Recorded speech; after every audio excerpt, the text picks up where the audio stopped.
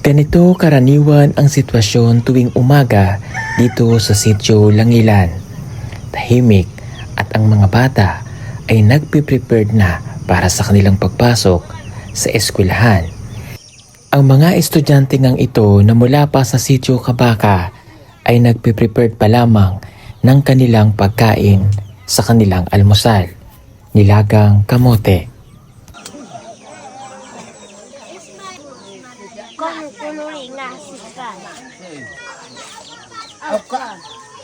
Kaya gue willing kokop kopasi katok kuto. Yo katakot ampuri ito. At ang ilang mga bata ay nakapila sa libreng pakape ng mga guro mula sa kanilang mga sponsor. Ginagawa nila ito tuwing umaga. Janis kapay ko Janis. Ha? 10 baso.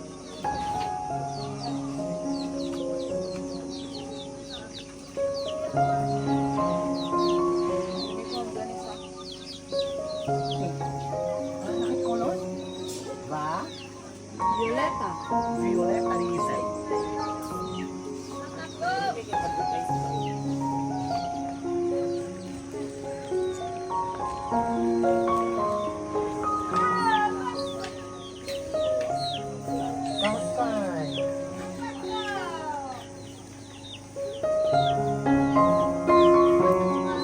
Wala buslot ikit.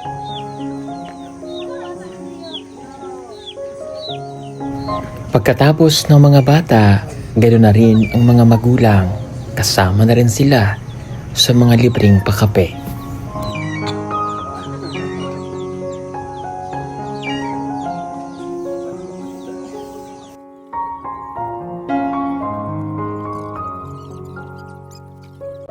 At sa dorm na ito, naririto ang mga estudyante mula sa Sitio Kabaka. Abala sila sa pag-prepare ng kanilang mga sarili para sa pagpasok. Nakakatuwang tingnan ang mga bata ay naka-uniform. Mula po yan sa mga sponsor din na tumulong sa kanila dito.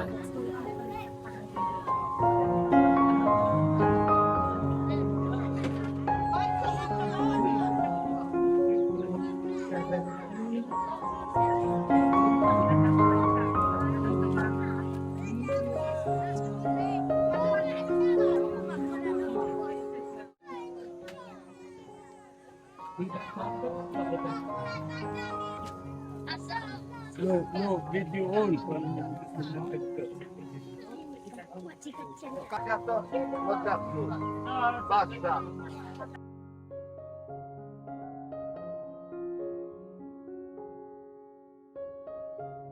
Ganito ang sitwasyon ng mga taga-Sitio Baka dito sa kanilang dorm. Kasama na nila ang kanilang mga magulang na nag-aasikaso sa kanila. Sama-sama silang lahat dito.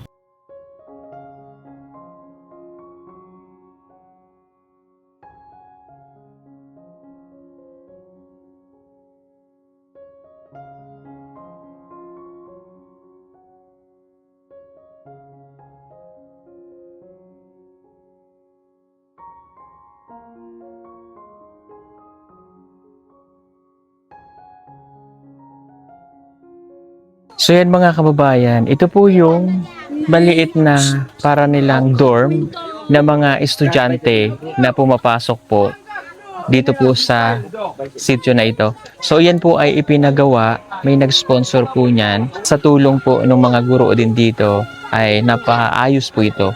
Ang mga estudyante po na nakatira dyan ay galing pa sa sitio Kabaka, malayo. So kaya dito sila tumutuloy, napakaraming estudyante, mga bata na elementary.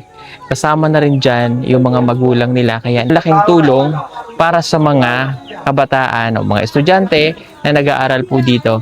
At ang problema nila dito ay syempre yung pagkain ng mga bata. So kaya kanina nakita natin na nagluluto sila ng kamote. Yun lang yung kanilang pagkain. Wala silang bigas. Yung sitwasyon na mayroon sila dito, syempre siksikan sila eh. Siksikan silang lahat. Lalo na kapag kagabi na matutulog sila. Pero ito pong tinutuluyan nila ay mababago ulit. No? At ililipat kasi yung kanilang eskwelahan doon sa mas mataas na lugar, mas patag, kasi yung eskwelahan po dito ay medyo delikado yung lagay dahil kabilaan ay bangin.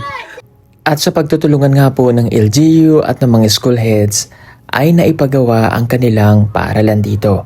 At sa ngayon, nadagdagan po ito ng classroom dahil sa tulong na rin ng mga sponsors po nila.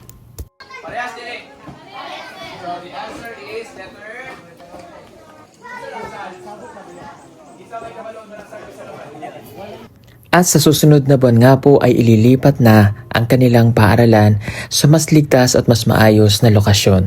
Kaya nakapagbigay po tayo ng 200,000 na donasyon para po sa karagdagan na pagpapagawa ng kanilang classroom. Sa mga gusto pong magpaabot ng kanilang pagmamahal, maaari nyo po kaming i-contact sa aming messenger at Pugong Biyahero at sa GCash na nasa screen nyo po. Piso, malaking tulong po para po sa kanila.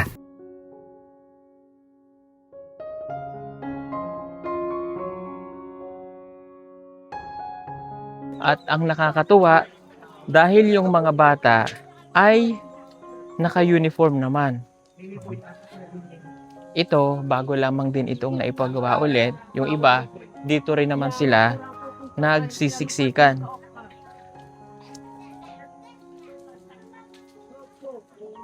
Ayan, dito din, marami rin dito. No, para lamang po sila makapag-aral. At napakalaking tulong po nun nung ginawa itong mga maliliit na dormitory na ito para sa mga estudyante. Kahit ganyan po yan, napakalaking tulong po talaga yan. Maraming salamat dun sa mga nag-sponsor po nito para magawa po ito.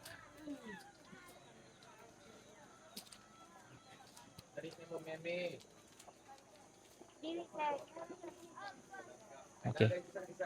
At magsisimula na po yung flag raising. Mano yun, mananoy katagabak ka. Mario Catanio.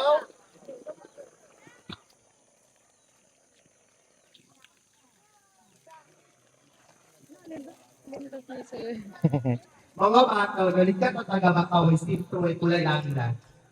Pumasok.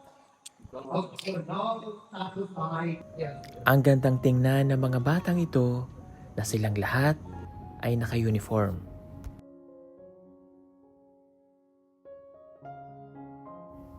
At pagdating ng break time, ang mga batang estudyante ay mayroong libreng lunch mula sa kanilang mga guro.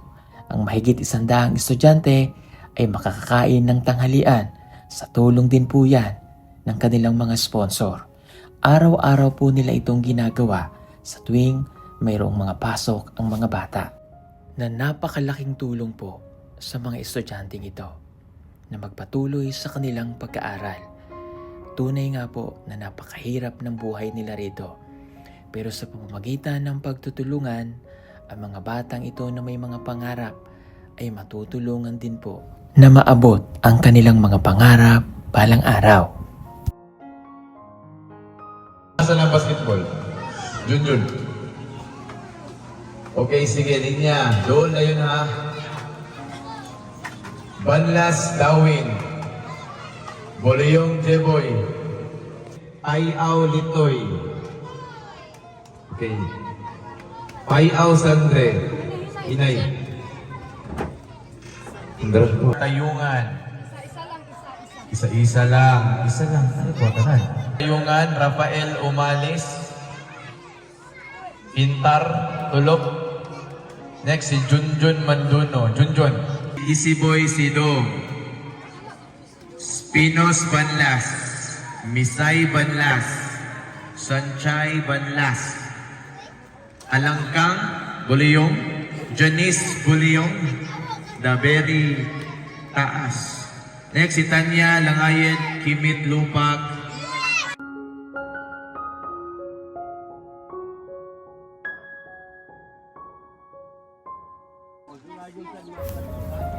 Kada linggo ay gumagastos ang mga guro ng 6,000 para sa pa-feeding sa mga batang estudyante tuwing tanghalian. Kaya naman, mayroon tayong donasyon mula sa ating mga sponsor na ibibigay na rin natin para sa kanila. Sasagutin ng sponsor natin ang isang buwan nilang budget para sa kanilang pagkain.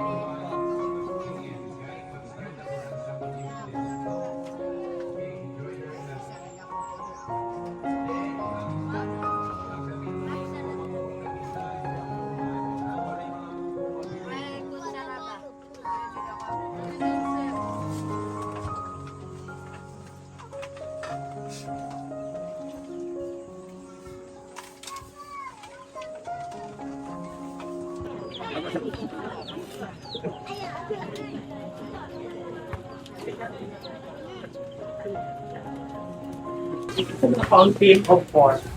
Tagaan ta ni Sir Paul og 20,000 sa atong PT. Goodbye. Thank you. Thank you ulit po. Dublihan dyan ato ang kuan evening tutorial, weekend tutorial o guban pa. So, hindi ata problema sa mga pagkaon. So, unta, masustain pa nato yung the whole year. So, thank you so much Pugong Bihero Team sa lahat ng mga sponsors at sa lahat ng mga taong naniniwala sa advokasya ni Sir Paul. And don't worry guys, we will promise you that we will do our best to educate these young minds and as well as feed them with love and care. Thank you so much. Thank you po. Yes po. Ang ginagawa po namin sa mga bata kasi first week dito nakita ko po na yung mga bata pumupunta silang school Monday tapos may dala-dala silang liyang na kung saan nilalagay nila doon yung kamote na pagkain nila buong linggo. Kaso, yung dala nila hindi aabot ng isang linggo tapos mauubos na siya Wednesday. So, pag Wednesday, wala na silang makain. Ang ginagawa nila, umuwi na lang sila. Tapos, kami sa part ng mga teachers, ayaw man namin silang pauwiin. Hindi rin naman namin sila kayang pakainin. Kaya, ayun, ginawa ko, nagporsige ako mag-vlog, i-share yung kwento nila. At ngayon ay sa awa ng Diyos ay naipoprovide na natin yung libreng lunch at snacks sa kanila. So tinatawag po namin itong Project Lugpong na kung saan we provide free snacks for learners during recess, and of course we also provide lunch para sa kanila. So ang ginagawa po namin, since marami po yung naantig sa kwento ng mga bata, marami pong nag-send ng mga monetary funds po sa akin. So ayun, binabudget ko po siya 5,000 maximum per week. So, yung 5,000 na yon, bibili ako ng 3 sakong bigas na kung saan it will cover 1 week for the feeding of these kids. Tapos, separate pa po doon, ibang budget po yung binibili ko ng snacks during recess. Kasi, hindi po kaya na konsensya namin na hindi pa kainin yung mga bata. Kasi, kailangan talaga nila, problema talaga ng tribong Matiglangilan yung pagkain. Kasi pag yung bata pumapasok sa paaralan na gutom, kahit anong galing ng isang guro magturo, walang matututunan yung bata kapag gutom siya. Kasi yung nasa isip ng bata, yung kumakalam na tiyan. Kaya ayun, nagpapasalamat kami sa mga taong patuloy na sumusuporta at sa mga taong susuporta pa po sa ating advokasya na kung saan nagbibigay tayo ng libreng pagkain para sa mga bata na kapos sa buhay. And masaya tayo ngayon sa ating ginagawa. Araw-araw, yes, hindi biro ang araw-araw na pagpapakain ng 100 at 106 na learners. And we are so thankful as well sa mga parents na responsible na they are doing their parts as well, na tinutulungan kaming magluto kasi hindi talaga kaya ng teachers na magtuturo pa tapos magluluto pa. So this is still a team effort, and I hope na masustain natin ito for the whole school year, and we will see what is the impact of this sa kanilang pag-aaral sa literacy and numeracy nila. So, yun lang po. Thank you so much. Okay, nakita ko talaga na nasunod yung mga bata, yung disiplina na rin dito. At nakita ko lahat po ng mga kahirapan dito ng mga bata, lalo na dito sa dorm. Yan. At dahil dyan, mayroon tayong ibibigay na donasyon para sa feeding ninyo. That is worth 20,000 pesos. But hindi na po ito galing sa amin. Galing po ito sa mga sponsor po natin. Ayan, kaya kailangan ko din itong maibigay. Marami pong salamat kay Badjao Pusanggiring, nagpadala ng 15,000. At kay Ma'am Evelyn P. Rorida, 5,000 pesos. Sabi niya kasi para daw sa mga batang katutubo na walang monthly allowance. So, naisip ko, ilagay na lang natin sa feeding para lahat damay. Diba? Yes. Thank you so much. So, iwanan natin dito mamaya yung 20,000 na donasyon po para po sa inyo. So, ilang linggo na rin, 5, 10, 15, 20. 1 month na 1 po month siya na yun. na supply. So, thank you so much po.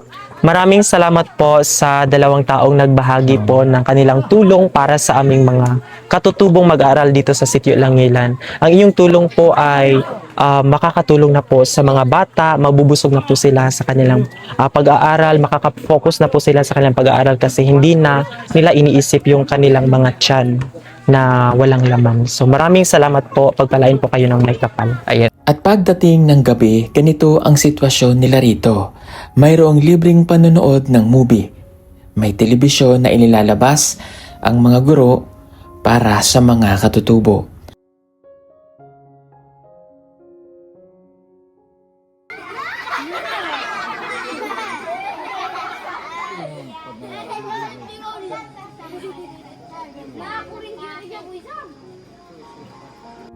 At mayroon ding sayawan tulad nito.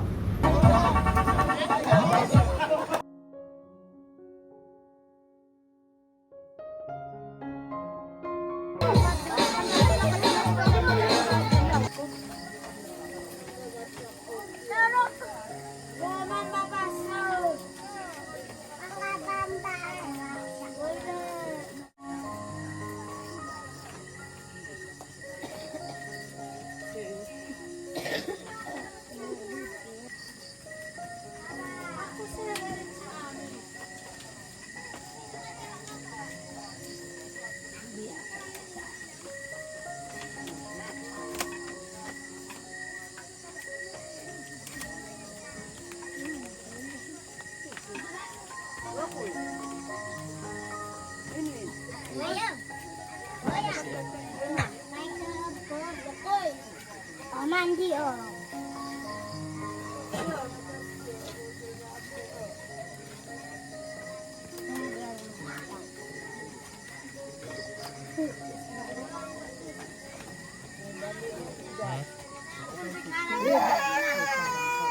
No.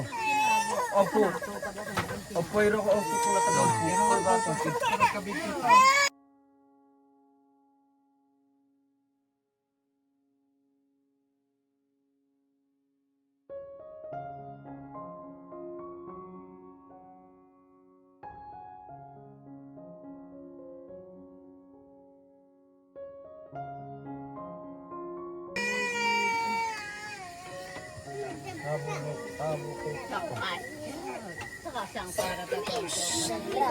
Asa ko pwede ba tayo ito mapurog pa ako ah.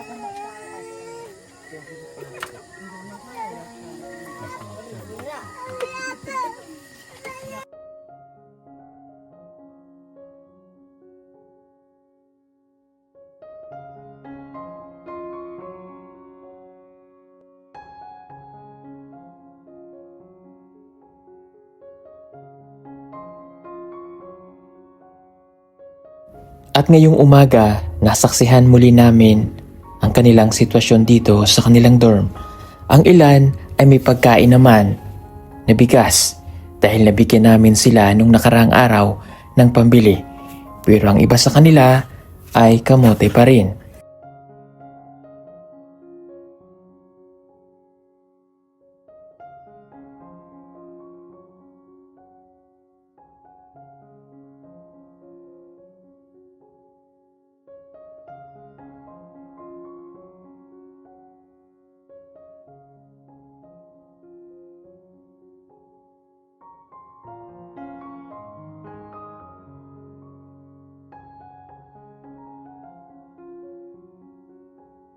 Ayan mga kababayan, magandang umaga at magandang hapon sa inyong lahat. So, ngayon, itong mga nandi dito, ito po ay boarding house nga ng mga estudyante na nag-aaral mula pa sa Sitio Baka. Malayo po yun dito at kailangan maglakad pa ng mga estudyante ng 3 oras.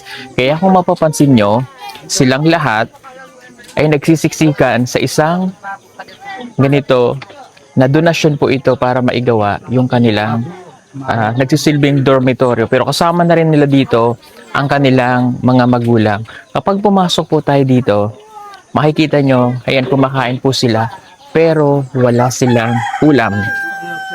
Ang pagkain nila, kanin lamang, wala pong sudan. Pakita mo, Day. Ayan.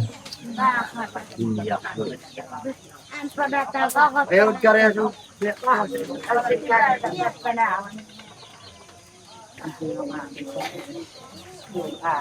Yung iba, mayroong pagkaing bigas. Tulad ng Merlita, nakahapon ay naabutan natin ng tulong. Kaya yung pamilya niya, mayroon po silang kinakain bigas. Pero pag lumipat tayo dito sa kabilang side, yung iba na ang pagkain nila ay mga kamote. Katulad po nun, kamote. Ayan. Pa kumakain ng kamote. Yung dito sa side na to, mayroon silang bigas. Napakarami po nila. At doon sa labas, makikita ninyo, nagluluto pa ng iba. Yan, biglaw. Okay. Yan. Nagluluto pa sila rito. Yung ibang mga estudyante na hindi pa kumakain dyan sa loob. Kanino po ito? Kinsan eh? Sa'yo, Day? Okay, kanino yan? Kanino? Tignan natin kung ano yung niluluto nila. Kanon, sir. Kanon. Nag-aaral ka din, Day? Oh, yan oh. Kanya-kanya silang luto. Yung bigas na yan, yung galing kay Merlita, nakatagan lang sila para lahat sila ang mayroong bigas. So, ang problema nila, akit tayo ulit dito. Ayan oh. Hello. Yan, so dami po nila rito. Talagang hindi matutugunan yung pangangailangan ng lahat dito sa mga batang naririto.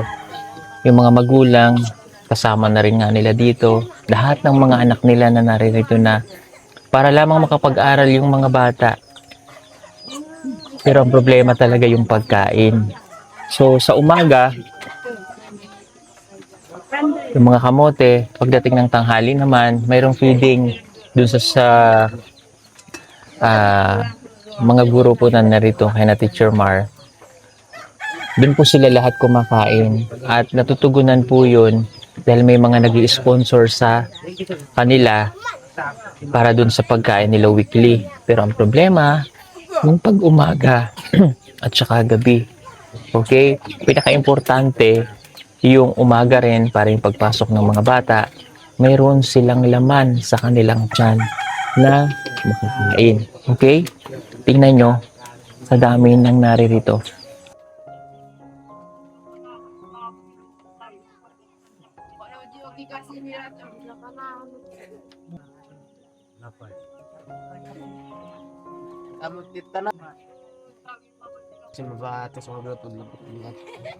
So yun po mga kababayan, bago kami bumaba ay iiwan na natin yung 20,000 po na donasyon po yun. Galing po yun sa ating mga sponsor para po sa pagpapatuloy ng kanilang feeding. Marami pong salamat kay Ma'am Badjaw Pusanggiring na nagpadala ng 15,000 at kay Ma'am Evelyn Dispi Ruyurina. Natin.